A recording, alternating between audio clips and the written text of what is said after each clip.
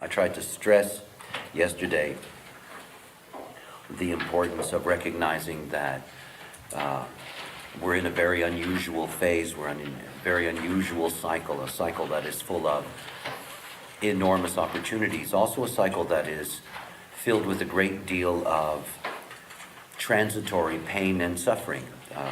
A vast population that is a byproduct of the need for diversity and diverse thinking. We have all of the pressure on various areas of our planet to be able to maintain well-being and health. Half of the world's population of 6 billion go to bed basically hungry. 4 billion people on Earth live on less than €1 a day.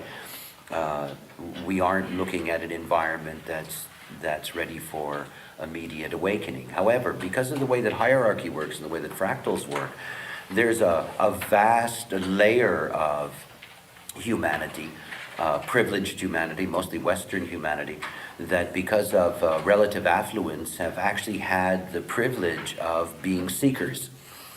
Rather than looking for firewood and water, which is what most of the world deals with, we could look for gurus and teachers and masters and try to find the truth and so forth and so on.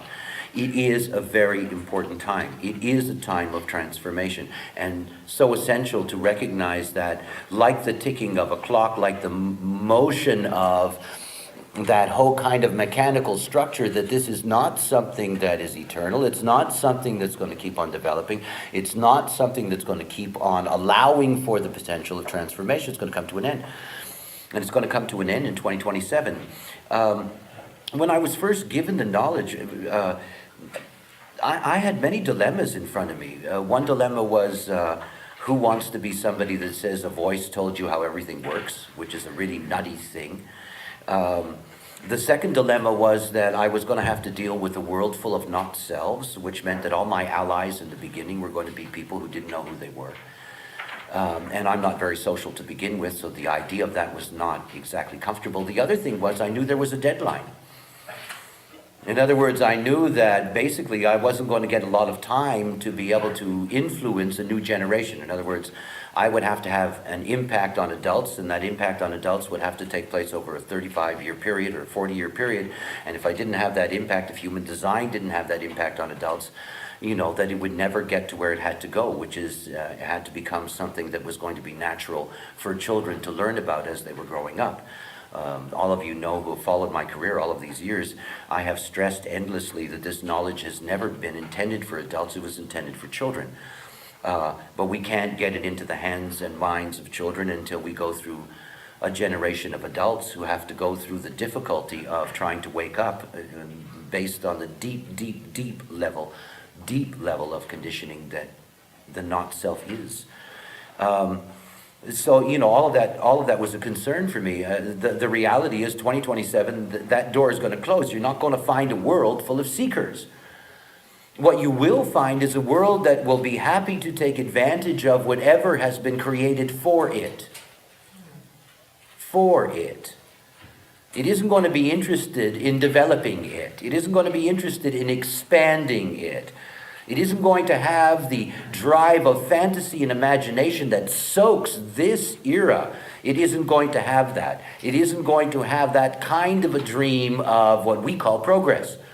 It will take advantage of those things that are there. It will accept a foundation that's been established. In other words, if we establish the viability of human design, that is a foundation that will survive into the next era, not as a deconditioning wake up and meet God program, but as basic education for children. You learn how to count, you learn how to read, you learn how to understand yourself and how to operate correctly in your life. Just very, very basic. So for me, this time frame of 2027 is really a deadline.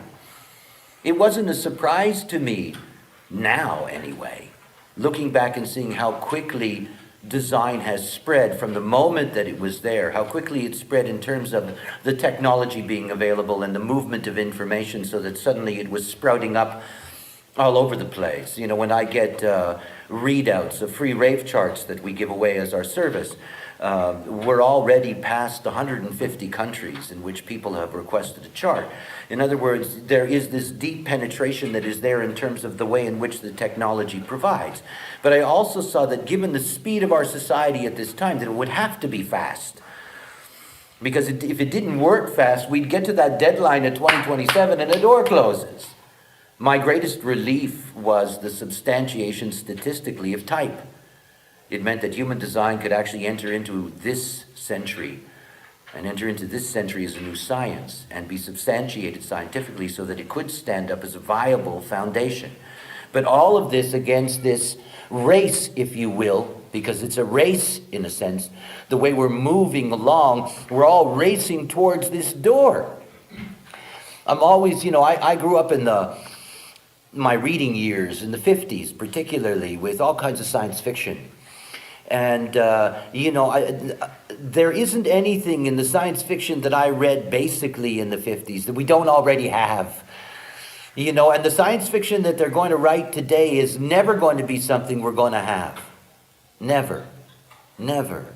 It's like that's one of the real jokes. The door is closing on all of that. And what matters is the great message of Delphi. You must know who you are. You must know who you are. This is the transformation period. But I don't want to bog down on that because I want to take you through our little scenario into whatever future we have left.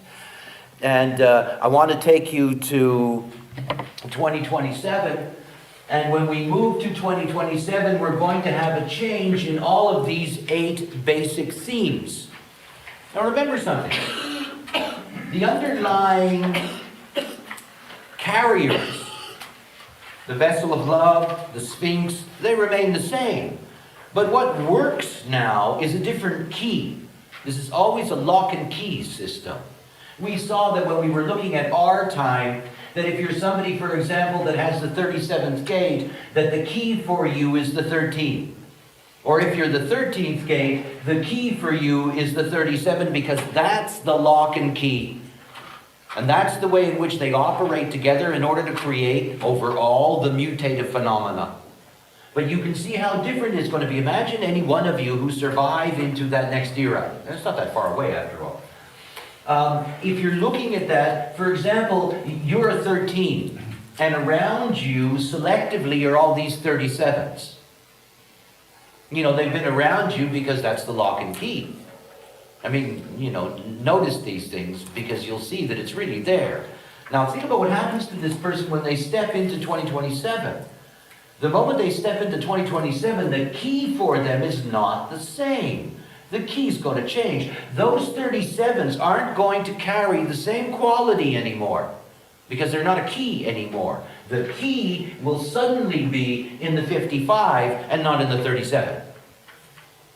And those people that have the 13th gate, who have 37s around them, that's going to be very empty in that sense. In other words, it's not going to have the same value anymore because the key has shifted. And so this is one of the things that happens when we move from either a line theme, the idea of what's going to happen here is that we're going to move from the one theme. And remember something, I don't want you to confuse this with the way in which incarnation crosses work. Please. Incarnation crosses operate on an 88-degree angle differentiation between personality and design. That's life. It's not fixed and it's not locked.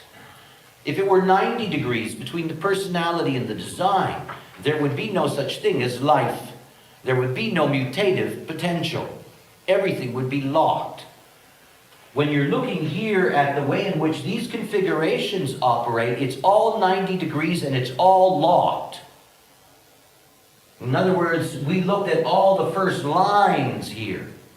It's all locked. This is not a life force. This is the program fixing us. Now, we happen to be a life force.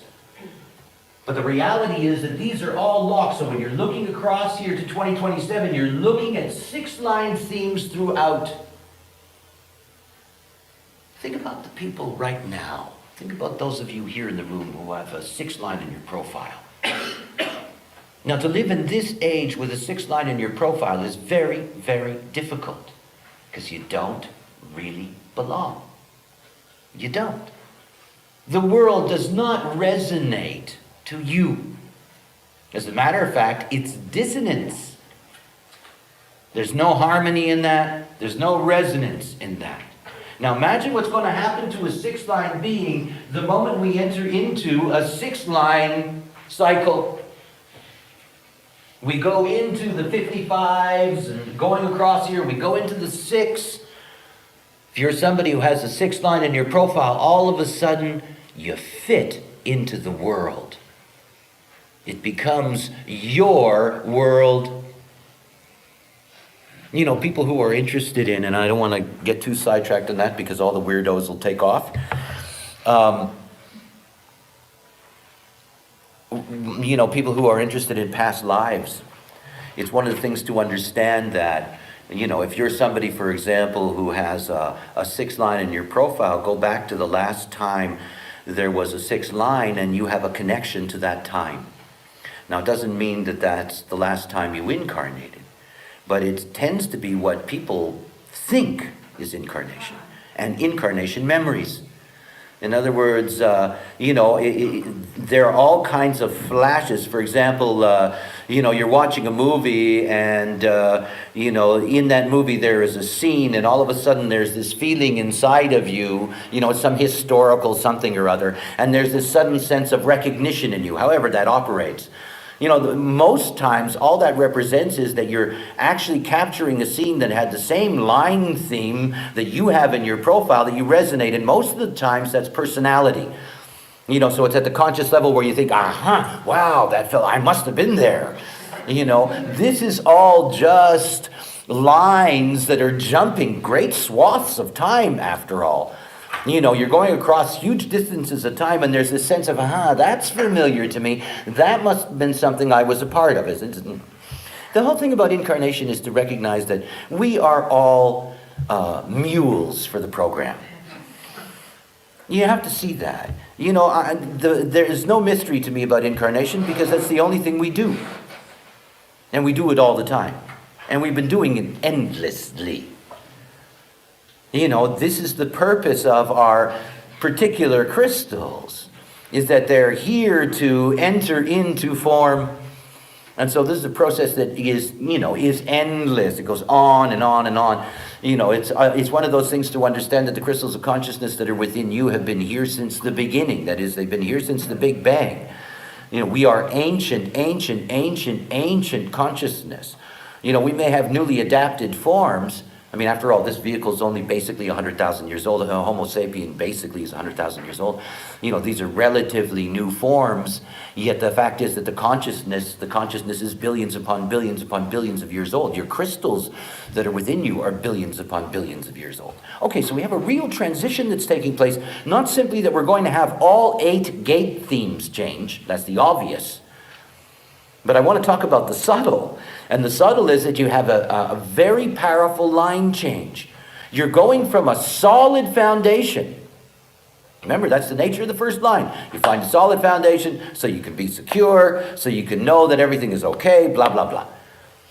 Now, one of the things we know about the difference between lower trigram and upper trigram, between the research of the personal process, which is lower trigram, and the propaganda potential of the upper trigram, which is to get the research out, that these are very different kinds of ways of experiencing life. And at the moment that you start going backwards in a cycle, and you're starting with the 6, you have to recognize something. There is no search going on for a foundation. There isn't any. It's just there. So here's all this one work that's being done now. We've been doing it for several hundred years. We got all this one work. We're doing a great job at one work. I mean, that's us. But you have to see that by the time we change in 2027 and we move into a 6-line theme, nobody's interested in doing one work. They want to live it out as a role model, as a 6. They just simply want to live it out. Here it is, nice platform, thank you very much. I want to thank my mothers and fathers and grandfathers and grandmothers for establishing this nice platform so that we don't have to study and we don't have to do any research and we don't have to dream. All we have to do is look after ourselves and live. We are about to enter into the most selfish age imaginable. I mean, you can't imagine a more selfish age. And that's for us. It's not going to be so for raves, but for humans, for us, we're entering into the most selfish era. Now look, if you take that word, and you make a dash and you add not self, you can see that could be horrendously ugly. I mean, horrendously ugly. On the other hand, if you take the thematic of what selfishness is all about, without that being a pejorative, in other words, without that being a bad word, just what it is, to care for self, and to care for self as the primary priority, that's precisely what human design teaches. In other words, that once you come to a place in which you are your own authority, that is the height of, quote unquote, selfishness. It really is. And it is about entering into an age in which, because the platform is simply accepted, it's just accepted. Everybody takes advantage of that accepted platform to go their way. Now that's the premise. Doesn't necessarily mean it's going to work that way. We're going to see that as we go through and we analyze all of this, that like any era, it is full of complexities, and the reality is that the not-self will continue to rule. As far as human beings are concerned, the not-self is a thick, thick brick, and we're not going to get rid of all those not-selves in, a millennium. It just isn't going to happen. But very important to recognize that in terms of just understanding the lines, we're moving into a totally different era. Totally different era. It isn't about why. There's no more why. There's no interest in why. There isn't.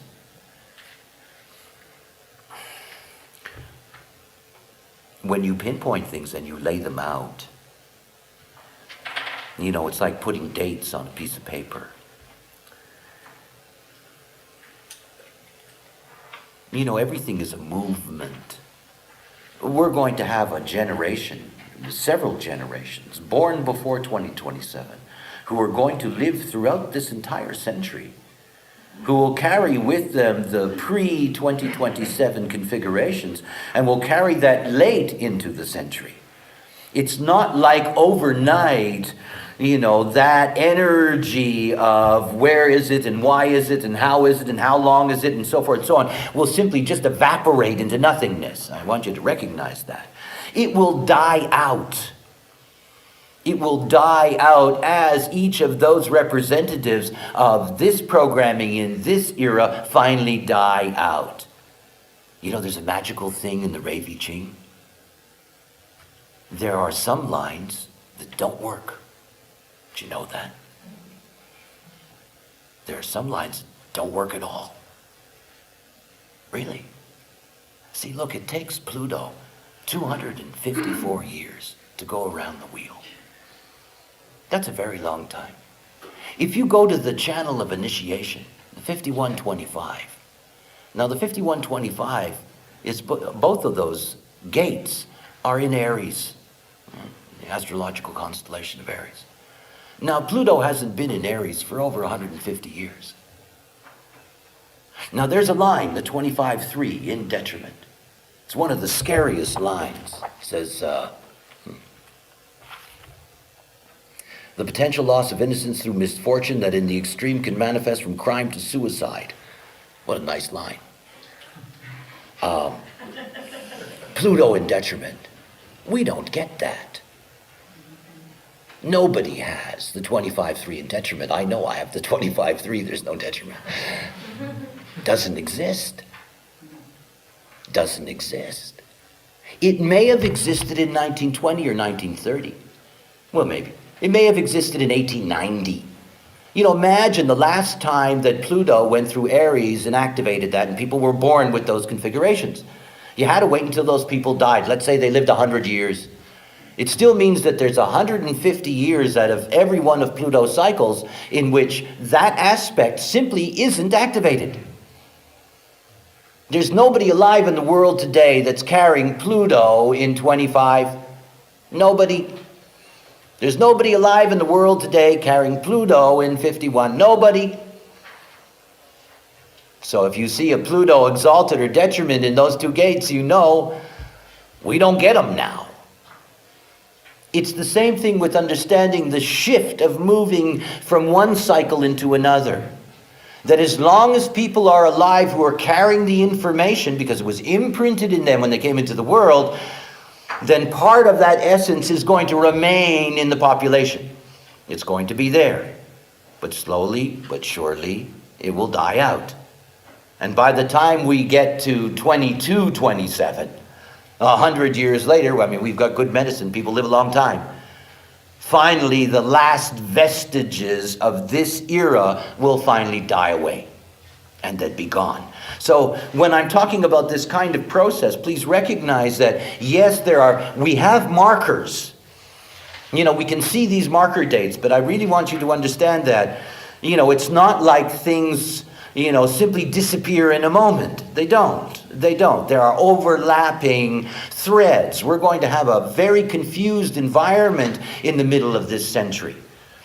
We're going to have those that are carrying the information of this time. We're going to have humans that are carrying the information of the new cycle. We're going to have raves that are in the world, and they're all going to be together, and then we're going to have the sprinkling of not self everywhere.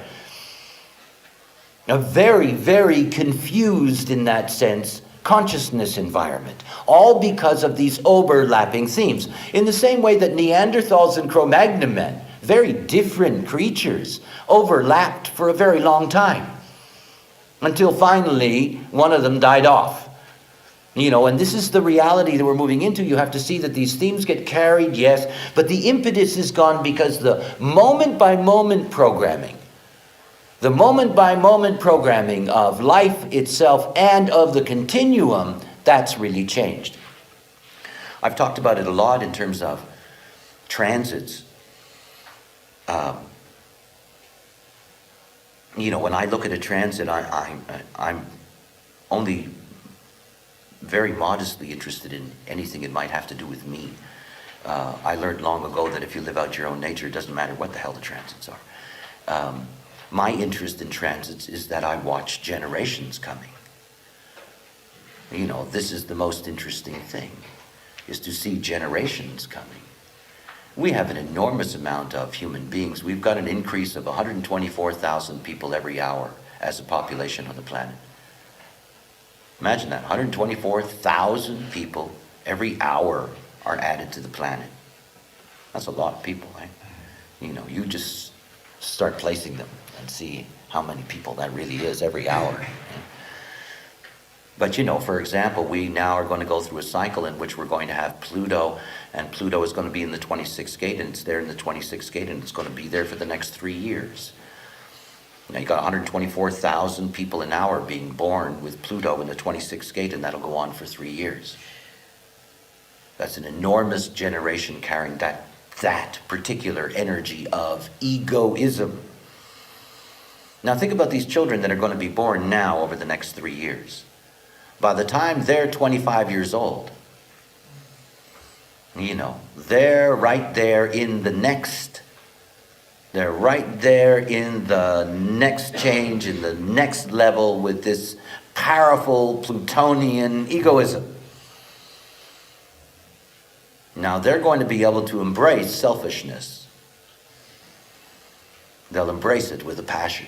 Think about the children who were born just before, Pluto in the 5th gate, trying to bring everybody into the truth of what the flow should be. All of you should be experiencing over the last 3 weeks a certain amount of discontinuity, breakup, change, because so many people were seduced by Pluto in the fifth gate into entering into what they thought was flows that really worked, only to discover that, they're actually extremists and they don't belong in a fixed pattern. Now think of all the children that were born. We had 3.5 years of children being born with Pluto in the fifth gate. They carry that energy into the future. And we're only going to lose that when they're gone. So again, I want you to see that this is, the way in which the energy moves. It moves and it stays with us as long as there's one person. If there's one person on Earth left that carries an activation, that one person keeps it alive in the whole world. We're in a neutrino field. That information is alive. And only when that person is gone, only then does that aspect simply leave the consciousness plane for the time being. So we have another phenomena coming another way. But again, when you're looking at transits, pay attention to that. When you look at the design of any given moment, recognize that you got 124,000 human beings that are carrying that information. And they're going to carry that information into their adulthood. It's like we had the 15.5, Saturn, Pluto. It lasted for 3 weeks, 124,000 people an hour for 3 weeks. A lot of people. There's a lot of human beings who are carrying a very, very, very, very powerful, very strict rule that says this is the way and this is the only flow, and they're going to mature in the next era. And this is going on now as we're building up to 2027. We have all of these generations that are coming into the world. They're going to carry their equipment into the next phase. Okay, so let's begin with a couple of things. We saw that in our present cycle that the building of community out of the 37, that the need for community has to be based on the fact that there must be transparencies and that the community is best at discovering secrets. And of course, it's one of the things we've learned about industrialized science. If you put 800 guinea pig scientists in a lab, it's amazing what happens. Anyway, the secrets were related to community. The secrets were related to being able to, discover things, find things out, whatever. Okay, that's nice, very nice, fine. But now we're moving someplace else. Where's the secret now? The secret's in the 55th gate. Now, I'm not going to do the 55th gate right now because I'm going to do that later when I give you the whole mutation. Obviously, the secret is in the 55th gate. If you look at the sun in the 55th gate and you look at the right angle cross of the sleeping phoenix, here is the mystery, here is the place of completion for a specific mutative process. Individuality in human design is by its very nature mutative. The major mutations for human beings over the last 100,000 years have taken place in this individual stream that runs from the 39th gate in the root center to the 12th gate in the throat center. Now, think about the way in which the movement operates. That is, the 64 steps, the evolutionary process. If you're looking at the evolutionary process and you're looking at this stream, the thing that came first was the 12th gate. This was the first to appear. Now, the 12th gate is very important because it's in the 12th gate that we had the mutation of the larynx. And this mutation of the larynx, it's a genetic mutation. It's only carried by the mother. All females pass this trait onto their children. That this is the ability for us to be able to open up the vocal chamber and to be able to articulate with very subtle variations in sound. In other words, it gave us the potential ultimately to develop what we call language. In other words, all kinds of sophistication in modulation of sound. It was also the point in which we stopped being able to, what babies do, that is to be able to breathe and drink at the same time. There's a point after a child has gone through its process of nursing that it gets to a point where it can no longer breathe and drink at the same time. This is the impact of this genetic mutation. It's a byproduct of it. The most important thing, of course, for us was the opening of the vocal chamber. So the 12 came first. After the 12 came the 22. Now remember that when I'm going from 12 to 22, we're going along 64 steps, we're talking about huge chunks of time. These 64 steps take place across the whole spectrum of a round. So we're talking about huge amounts of time between these steps, or developmental stages. So when you're going from the 12 to the 22, you can see that the social process of integrating with strangers took a long time to take place. 1/3 of the round before we were able to meet strangers, sort of. Sort of. Because remember, that's what the 1222 is. The 1222 represents two very fundamental things necessary for humanity. One is art. Art. Everything out of the 12 was the capacity to be able to create the music, the poetry of spirituality. All of that came out of the 1222. What also came out of the 1222 was this capacity to be able to meet the stranger without fear. Caution, yes, but without fear. And of course, that's the beginning of our ability to be able to go beyond our valley and into the next valley and the next, and so forth and so on. So the 1222 was very important for us, but it took us a long time. That is, it took us a long time to get to a point where we were willing to deal with anybody other than tribe. And remember that the 1222 is the only social channel of individuality. That individuality, by its very nature, is antisocial. And by the way, the 1222, which is a channel of sociability, is also a channel of insociability. And anybody who knows 1222s know that they're easily either side. Okay? Because that's part of the mechanism. All right, what came next? The 39. From the 22 to the 39. Now think about the 39. The 39 is the pressure to bring out the spirit of the solar plex system. And the only way that the spirit of the solar plex system can be brought out is the 39 tries, and I put that in quotation, tries to fix the 55. Remember, if you're dealing with the emotional system as a motor, and it's operating in a wave, if you're looking at the 55th gate, abundance, the 55th gate, the emotional 55th gate, is the gate of greatest indecision. Greatest indecision. All individuality has to deal with indecisiveness. Because individuality is about knowing. And you can only know when you know. You know, you can't want to know and get knowing. You're going to know when you know. You know, logic is different. The abstract is different. But when it comes to knowing, you can only know when you know. So the 55th gate is always, as its keynote in sexuality, it's always fickle. Yeah, no, don't know.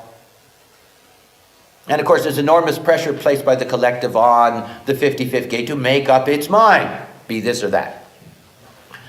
What the 39th gate tries to do is that the 39th gate tries to fix that wave. It tries to lock it. It tries to say, okay, give up your indecisiveness and know. So the 39 is always trying to provoke the 55 to say, yes, I got it now, I know, it's you, you're the answer. That's the surface.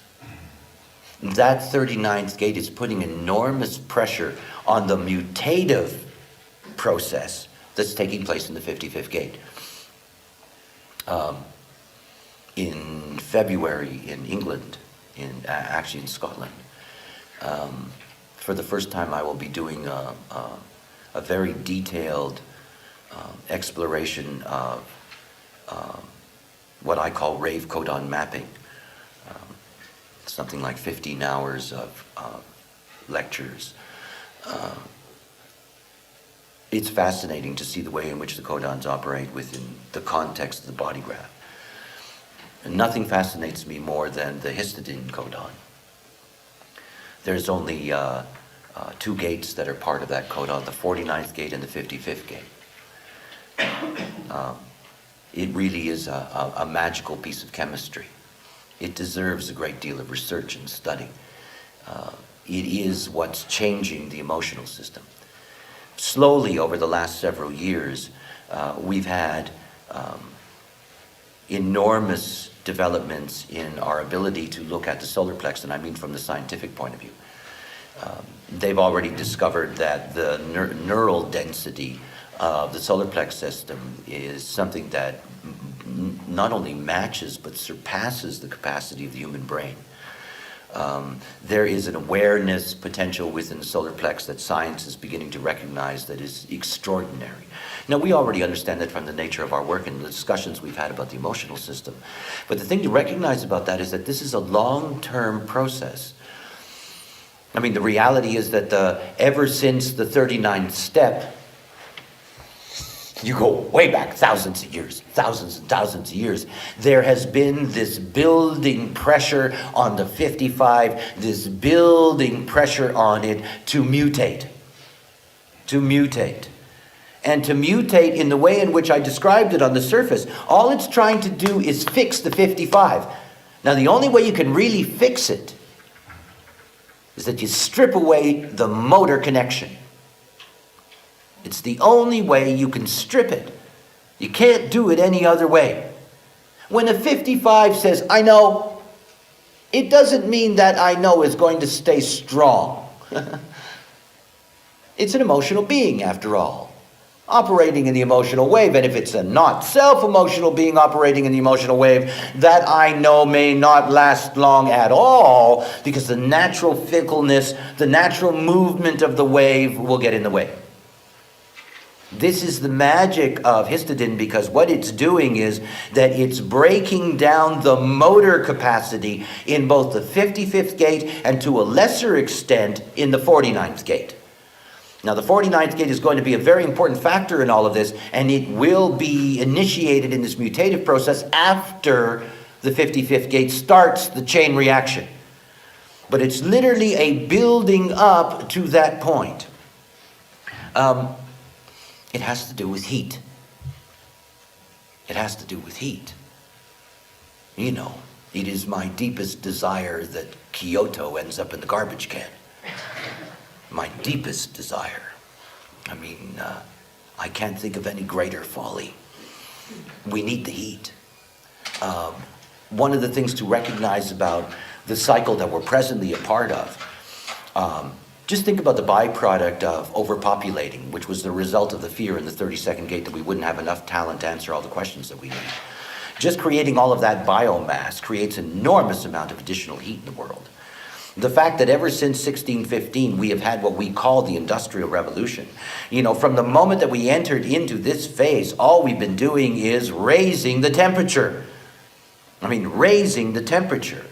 You know, one of the most important things that could be investigated is that if we manage now, because we can even do it now, though we're going to see less gradient, if we do it now and we have a way of measuring body temperature, human body temperature, at very, very, very, very, very, very, very fine levels of differentiation between now and 2027, and you will see that our body temperature has been rising ever since 1781. I mean, the advent of the nine-centered being, you have to understand that going from 7 centers to 9 centers isn't like somebody waves a wand. You know, we have things that sit within us that wait for their moment. You know, everybody thinks AIDS is new. It's been sitting inside of the body forever. Waits for its moment. If there's a window of opportunity, you take that window of opportunity. The proto-centers, those 2 additional proto-centers, you know, they were there and waiting. But they had to wait for the opportunity to emerge. Now, that opportunity to emerge was about heat. Heat. You know, you cannot differentiate between the outside and the inside. The planet has been warming up at an extraordinary rate ever since 1615. And at the same time, the inner vehicle, us, we're also warming up. And that warming up is very, very important to us. Do you realize how much warmer we are than somebody 200 years ago? 100 years ago? I mean, imagine what it was like to live in this town 150 years ago on a day like today. You're going to be a hell of a lot colder than you are now. You better believe it. You know, everything is warmer. Everything is warmer. And our bodies are more consistently warm, outside, inside. You know, we have all of these electrical facilities where we can constantly heat coffees and food and all these warm things. And more than that, we have this huge, diverse diet. It's all about warming. And 2027 as a breaking point for the 55 is because it finally gets to that point where there's enough heat, literally, that there's enough heat that finally you get the reaction, the chemical reaction that you need, and boom, there you get your mutation. Suddenly that 55th gate is transformed because it loses its hook to the emotional wave. It's no longer connected in its chemistry to that emotional wave. That's the beginning of solar plex awareness. Never forget symmetries in design. You know, all of our awareness and the power of our awareness began with the 2838. Because the 2838 is the root of our need for being intelligent. That fighter of the 38 was only fighting for one thing. What is the purpose of being alive? And it didn't have to worry about emotional waves. It just had to worry about being eaten. So its priorities were different. But when you come over to the emotional side, you have to see that this is what's at work. What's at work is that there's a chemical reaction that's taking place over time, under pressure. Under pressure. And the theme is heat. And we're going to reach a moment where, bang, it happens. And I know that they're never going to be able to succeed with Kyoto anyway. I just like to joke about it. You know. I mean, as long as America remains arrogant, and I hope they do till 2027,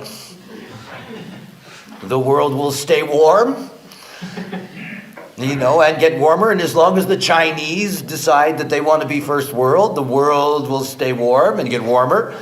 It's all terrific. What's very important is that there are two agents involved with the 55th gate. Remember that everything having to do with the emotional system has to do with two things. Has to do with sex and has to do with food. Very important. In the event, the international event that I will hold next April in Ibiza, we're going to be offering a human design restaurant called Abundance, appropriately enough, so that we can teach people how to eat according to their type. And one of the things about the nature of the 55th gate is that the 55th gate has the most problems with food of all the gates. This is where you get bulimia, this is where you get anorexia nervosa, this is where you get all kinds of eating disorders.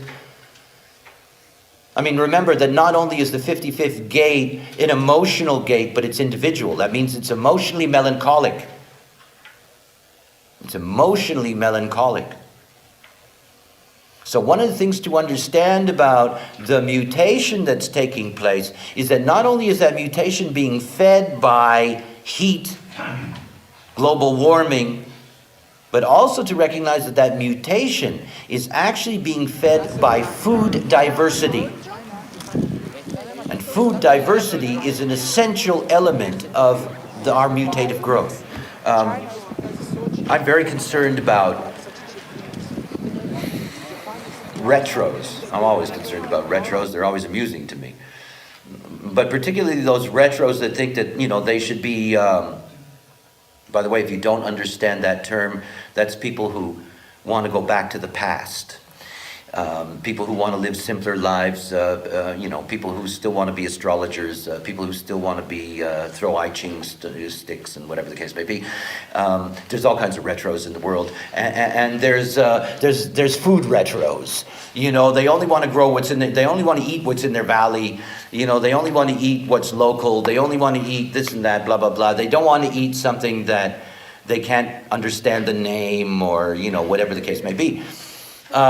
Fortunately, anyway, for most of us in the West, that has not, those pockets of resistance have not stopped us from having a vast cornucopia of food products available. It is very important. It is very important that children are given a diverse diet. For most adults, it's often too late. Because it's the way you're conditioned. So if you're conditioned to eat certain things when you're young, and the chances are you're going to stay with those things for most of your life. That is in most societies, simply because of availability, costs, all of these things. But the reality is that it's very important for us in terms of the health of our children and their ability to deal with mutation, is that they have a diversity in their diet. In other words, that you have foods that come from many places on the planet. They're carrying the vibration, a global vibration that's very, very important. The other thing is that the more diverse the food you put into a body, the more complex the work of the stomach. And it also means that, I have a thing about eating. I collect my favorite single phrases from teachers. And because usually none of them are worth more than one good line. And Gurdjieff had one good line. He said, "Eat fast, your stomach's a muscle." And what's interesting about that, I don't tell that to somebody who's into macrobiotics, because they will try to hurt you. Don't tell that to people who want to chew on a grain of rice for 8 minutes. This is not going to work. But the whole thing about the nature of the stomach is that, anybody who has a dog understands this. Never expect a dog to seem to enjoy a good meal. Dogs do not do that. You can take absolutely incredible scraps off the table. The kind of food that a dog in its evolutionary life would never have imagined having access to. You would think they would lick it, they would savor it, they would take little bites. No. Woo! And if you don't let them outside, you suffer from the gas, eh? Gone, eh? But you know how much heat that creates? The acids in the stomach, all of that stuff pouring away. This is one of the things about heat. Heat is a miracle, eh? I mean, that's why I don't live in Wien. Heat's really good. So when you're looking at something like the mutation we're talking about in the 55th gate, I really want you to understand there are many, many, many layers that are working on this. It's not like it's just some one little mysterious thing that's this or that. It is the totality at work. There are many, many, many different elements that are all adding up to the same thing. They're all moving there. And again, heat is one of them. Obviously, our great-grandchildren and our great-great-grandchildren are going to live on a warmer planet. They are. They're going to live on a warmer planet, and it's coming fast. It's not slow. And I know there's all these people who are always worried about Mother Earth. I'm so sick of people worried about Mother Earth. I wish for every person who says they're concerned about Mother Earth, that Mother Earth simply opens up and swallows them, closes up, and that's over. I mean, please don't worry about Mother Earth. She's really okay. She might enjoy a little bit more sun. Who's to say that she minds warming up a little bit? It's people who live on remote islands in the middle of nowhere that are complaining, "Oh, our home's going to disappear." Yeah, but they've risen and fallen out of the sea before. The only difference now is you got CNN. I mean, they used to, it happened. This is not new. I want to see the Dutch beat this one. They're already trying to figure out how to put sulfuric acid into the ground in order to make bubbles under earth to raise the land. I mean, they're great, eh? I mean, the biggest dike, they're not going to succeed. It's getting warmer. And it's not for us. It's for those who will need that because it's part of the way they operate on the inside. It's just different. It's just different. And if you don't think temperature matters, talk to the dinosaurs. when that comet hit what is basically the Yucatan of the northern part of South America 65 million years ago, the explosion itself wasn't a big deal. I mean, it was like a 200 megaton bomb. I mean, it's a big thing, but nonetheless. What was incredible was that the sky was covered with dust for 2 or 3 years. What they call nuclear winter, what they were predicting for us in the height of the Cold War. You block out the sun, it got cold. These furry little creatures that ended up being us, who were scurrying around in the ground and could dig into a hole, they survived. But creatures that had dominated the planet for hundreds of millions of years, whoosh! Temperature. So we're in a rising heat. And that rising heat is part of what's affecting our chemistry, but it's not just the heat, it's the diet that goes along with that. There are many things that are involved in that aspect, and we're moving towards this point. Now remember something. The mutation already is there in us and developing. Otherwise we wouldn't have autism and we wouldn't have a plague of prostate cancer. In other words, we've already gotten to the point where this mutation, the effect of this mutation on disrupting the emotional wave is causing difficulties. And where you see this real disruption in the emotional wave is the histidine brother or sister of the 55 that's in the 49. Because the theme of autism, not so much in the finished rave, but in the work that we did in looking at the stages in pregnancy and in prenatal development, when you get to the stage of development that's rooted through the 1949, this is where the whole autistic problem arises. And it arises because the histidine of the 49 is damaged. Now I say damaged not in the negative sense, but it doesn't operate correctly anymore. The wave doesn't operate correctly anymore. Now, it's not as strong as what's taking place in the 55, but it's there. And of course, the impact that it's having is that those beings that are carrying, both as producers and as the produced, who are carrying the mutative potential, all they end up with now is what looks like disease. In other words, prostate cancer in the males, and looking at autism in the children. By the way, because I'm not saying females when I'm talking about that. The 12 to the 55, and again, I'm talking about the steps, that the first mutation in this process was dominated by the female, and the closing mutation is dominated by the male. This is simply the way that it works. So the mother passes on the genetic information to the child.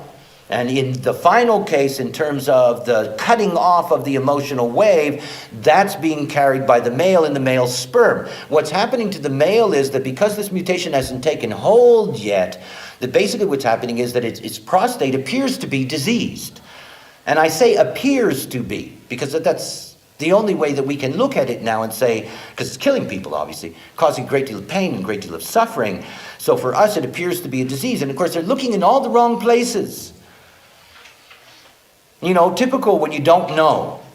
So they're running around saying, well, it's got to be this and it's got to be that. It must be this. It's caused by that. It's caused by this thing. They're coming up with all of these guesses, but they truly do not know. And in fact, there's nothing wrong. This is the thing that, if you're a moralist, this is the place where you really have trouble. This is the place where people say, God's cruel. The program is, I don't know about God's. The reality is there's a lot of people that are suffering because they are the instruments of changing mutation. And they're neither this nor that. They're bridging agents. I don't think it's going to soothe any of them to know that, quite frankly. Though I have friends of mine who have autistic children, and certainly at some level, it at least gives them a sense of that their child's problem is not something totally in vain. In other words, that it's simply a process, and unfortunately, they're the victims of that process. But what to do? It is a larger process that ultimately leads to, let's hope, a greater good. that's something to see, but nonetheless. Okay, so we have this movement, we have all of this change that's taking place. I will go later and talk about the 1555 and its secrets, because we will look at the mutative process itself, but I want to go thematically through these first. When you look at the 59, first of all, one of the things you'll notice here, which is interesting, is that 5 out of these 8 gates are individual. 5 out of the 8 gates that are here in the coming cycle are individual. And obviously, as you're going to see, because again, we're dealing with the 6th line, and if you look at the 55-6, you get the line of selfishness. Now, we'll talk about that later, because there's 2 kinds of selfishness. There's the selfishness that the human will experience, and there's a different kind of selfishness, a different quality of selfishness that the rave will experience. But those are very different things. One of the things to recognize about that is that here's where the real change is. You know, I've been trying to stress that we're going to have, along with this rising of the body temperature, the change in the diet, that a counterpoint to that is that we're having a rise in sterility. You know, the whole industry today of you know, making babies in petri dishes or clones or whatever the case may be, all of that is a direct byproduct of a huge growing problem with fertility. They know, for example, that the sperm counts of men in Europe is down 50% in the last 60 years. You know, that there is a level of sterility and infertility in America now that is unbelievable. I mean, there are millions and millions and millions and millions of people who are trying to have children who can't. And obviously that creates a whole industry that in the end serves the purposes of the program, which is our ability to recreate life. But one of the things to understand about this coming age, look at this combination of the 59 and the 34.